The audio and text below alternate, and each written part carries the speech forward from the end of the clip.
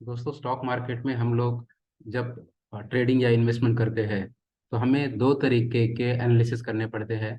सबसे पहले होता है फंडामेंटल एनालिसिस और दूसरा है टेक्निकल एनालिसिस।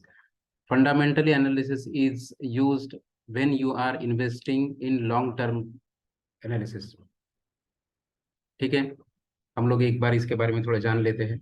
एग्जैक्टली फंडामेंटल और टेक्निकल एनालिसिस है क्या? फंडामेंटल एनालिसिस मतलब क्या होता है कि आपको कंपनी के फिनेंशियल्स जो है, profit and loss account, balance sheet, उसका कैश फ्लो जनरेशन कैसे हुआ है, इसके बारे में स्टडी जब हम किया करते हैं तब उसे फंडामेंटल एनालिसिस कहा जाता है।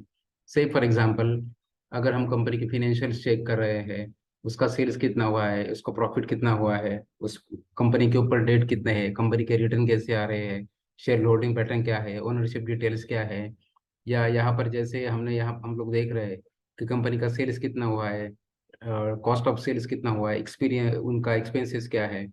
ये सारी चीज़ों के बारे में हम लोग जब डिटेल्ड स्टडी करते हैं, एनालिसिस करते हैं, तो उसको फंडामेंटल एनालिसिस बोला जाता है। अगर आप लॉन्ग टर्म इन्वेस्टमेंट करना चाहते हो तो आपको फंडामेंटल एनालिसिस करना ही है। अब टेक्निकल एनालिसिस के बारे में देखते हैं। Technical analysis is use when you are trading और investing in long term, short term, medium term, intraday और स्कैल्पिंग। अगर आप ट्रेड कर रहे हो या आप इन्वेस्टिंग कर रहे हो, आपको टेक्निकल एनालिसिस जरूरी है।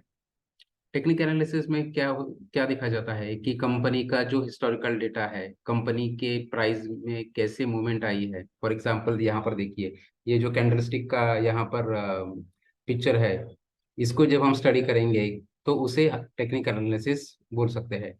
इसमें हम लोग प्राइस का मूवमेंट कैसे हुआ है, कैंडलस्टिक पैटर्न कौन से है, चार्ट रीडिंग कैसे की जाती है, सपोर्ट कहाँ पर है, रेजिस्टेंस कहाँ पे है, कौन से इंडिकेटर के साथ में हम लोग टेक्निकल एनालिसिस का हमारा जो प्रेडिक्शन है वो परफेक्ट होगा। इसके बारे में हम लोग जब स्टडी करते हैं तो उसे टेक्निकल एनालिसिस बोला जाता है।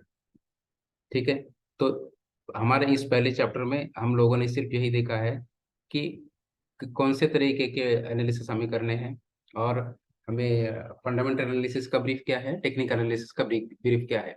यहाँ पर हम लोग थोड़ा और इसमें थोड़ा डिटेल में जाते हैं, देखते हैं कि इसमें डिफरेंस क्या होता है। इसमें डिफरेंस ये है कि फंडामेंटल एनालिसिस में कंपनी की फिनेंशियल, सेल्स, प्रॉफिट, डेट, इसके बारे में हम लोग देखने वाले हैं। कैश फ्लो जनरेशन क्या होता है, रिजल्ट्स क्या कंपनी के क्वार्टरली, हाफ ईयरली और ईयरली रिजल्ट्स कैसे हुए हैं, फ्यूचर में कंपनी की ग्रोथ पोटेंशियल क्या है, अर्निंग विजिबिलिटी ऑफ बिजनेस क्या है, उसका सेक्टर एनालिसिस, इंडस्ट्री एनालिसिस, ये सब जब किया जाता है तो उसको फंडामेंटल एनालिसिस बोला जाता है। टेक्निकल एनालिसिस में होता क्या है कि हम लोग we are focusing on chart, price and volumes. Purely जब चार्ट एनालिसिस किया जाता है तो उसको टेक्निकल एनालिसिस हम लोग कहते हैं। इसमें हम लोग चार्ट रीडिंग करने वाले हैं, कैंडलस्टिक पैटर्न कैसे बनी है, उसमें वॉल्यूम कहाँ पर है, सपोर्ट रेजिस्टेंस कहाँ पे है, बुलिश या बेरिश स्टेट सेंटिमेंट कैसा है, इंडिकेटर कौन से यूज करने वाले हैं। ये सारी ये जो सारी चीजें हैं, इसका स्टडी करके हम लोग एक प्राइस का प्रिडिक्शन करेंगे कि प्राइस यहाँ से ऊपर जा सकती है, उसका स्टॉप लॉस ये है, उसका टारगेट ये है। ये सारी चीजों का जब हम लोग एक डिटेल एनालिसिस करते हैं तो उसे टेक्निकल एनालिसिस बोला जाता है। दूसरे चैप्टर में हम लोग देखेंगे टेक्निकल एनालिसिस के ऑब्जेक्ट्स, उसके डेफिनेशन और उसका अलग अलग उसके पार्ट्स वगैरह क्या है। Thank you.